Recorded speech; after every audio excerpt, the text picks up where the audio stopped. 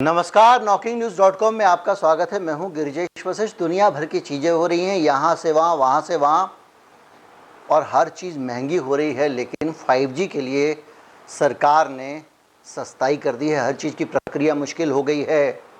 अब आप एक एक काम करते हैं, बैंक में भी किसी काम से जाएंगे तो उसमें 3 और प्रक्रियाएँ बढ़ा दी गई हैं। अगर आप अपनी पुरानी गाड़ी को रिन्यूअल कराएंगे, मान लीजिए आपकी गाड़ी 15 साल में चकाचक रखी हुई है, तो सरकार जो फ़ीस लेती थी उसका वो बढ़ाने की, उसको बहुत बढ़ा दिया गया है। ट्रैफिक के चालान बेतहाशा बढ़ा दिए गए हैं।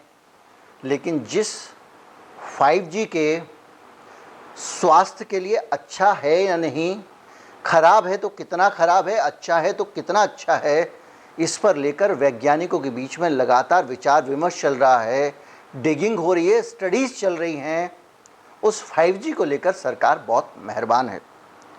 5G के लाभ और हानि पर मैं इस वीडियो में चर्चा नहीं करूंगा, क्योंकि जो पॉलिसीज़ हैं यूट्यूब की वो इसकी इजाज़त नहीं देती हैं कि मैं दोनों पहलुओं को ढंग से समेट सकूं।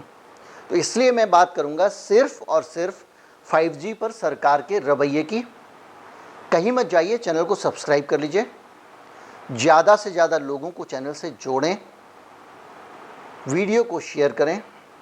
अगर आप हमारे चैनल को सपोर्ट करना चाहते हैं तो हमारा QR कोड आपको एक दिखाई देगा अलग जगहों पर, उसको स्कैन करके आप भुगतान कर सकते हैं, और हमारा UPI ID भी डिस्क्रिप्शन में है।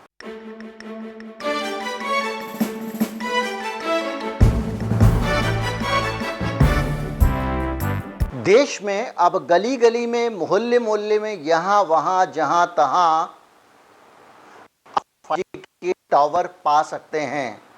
टिफ़न के डिब्बे जितना बड़ा, थोड़ा और बड़ा, कोई थाली जितना बड़ा, कोई कंप्यूटर जितना बड़ा, कोई लैपटॉप जितना बड़ा, कोई मोबाइल जितना बड़ा।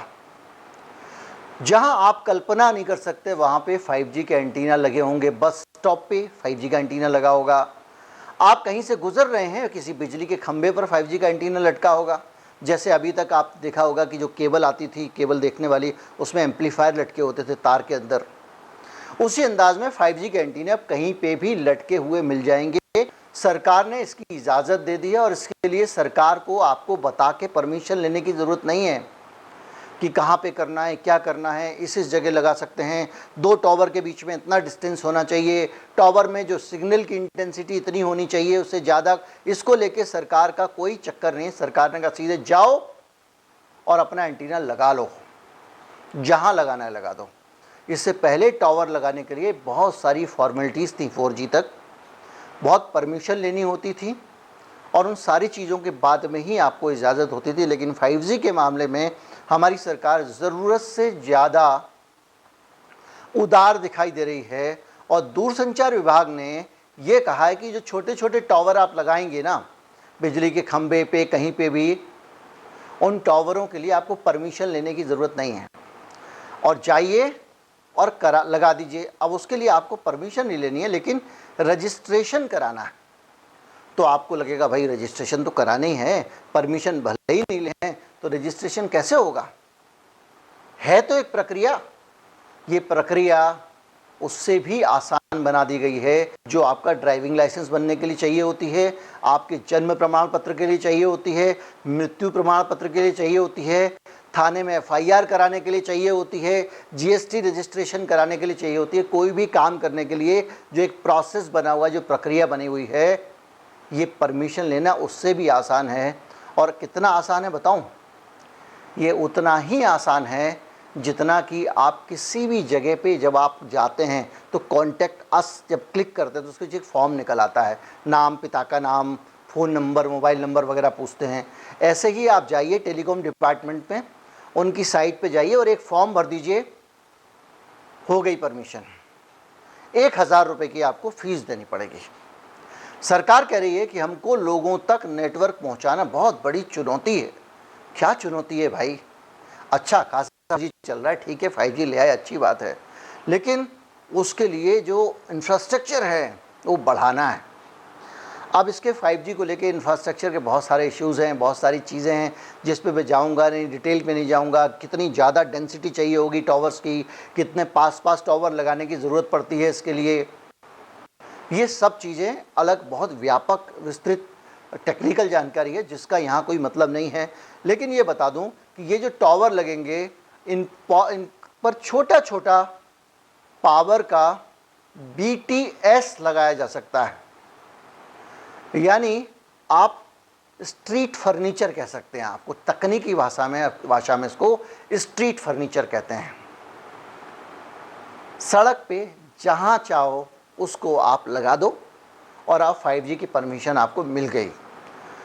इस पूरी हालत में ये है 100 वाट से कम के जो BTS होते हैं, ये जो ट्रांसमीटर होते हैं, इनको BTS कहा जाता है, और इसके लिए कोई क्लियरेंस की भी ज़रूरत नहीं किसी भी तरह की, और किसी भी कंपनी को सरकार के पास कोई आवेदन भी नहीं करना पड़ेगा। एक ऑनलाइन रजिस्ट्रेशन करना होगा जिसकी फीस 100 रुपये रखी गई है, 1000 रुपये भी नहीं, 100 रुपये। और इससे ये मान रही है सरकार की फटाफट 5G नेटवर्क लग जाएगा। और मैं आपको एक चीज़ बता दूं कि दुनिया में 5G को लेकर एक चीज़ बड़ी स्पष्ट है कि जिस 5G की स्पीड की आपसे तारीफ़ की जाती है और कहा जाता है कि बहुत फास्ट होगी, वो फास्ट स्पीड पहुंचने में नेटवर्क लगने के बाद भी लंबा टाइम लगेगा, क्योंकि उसके बाद वो लगातार कैलिब्रेशन, ये वो बहुत सारी चीज़ें चलती रहेंगी सालों साल। 5G में 3 बैंड होते हैं, बहुत तकनीकी चीज़ें हैं। और मैं आपको बता दूं कि ये जो स्ट्रीट फर्नीचर है, इसको लगाने का काम कई जगह पर ट्रायल के तौर पे शुरू भी कर दिया गया है। मतलब ये सिर्फ घोषणा नहीं है किसी नीति की, ये शुरू कर दिया गया है। और इसका कहना ये सरकार का, ये टेलीकॉम कंपनियों को हम मदद कर रहे हैं और अगस्त से कंपनियों की शुरुआत की हो सके सेवाओं की, 5G सेवाओं की। एक बात बताइए, बड़ी कॉमन सेंस की बात है, जो भी व्यक्ति थोड़ा कॉमन सेंस रखता है उसके लिए तो ये और भी ज़्यादा कॉमन बात होनी चाहिए।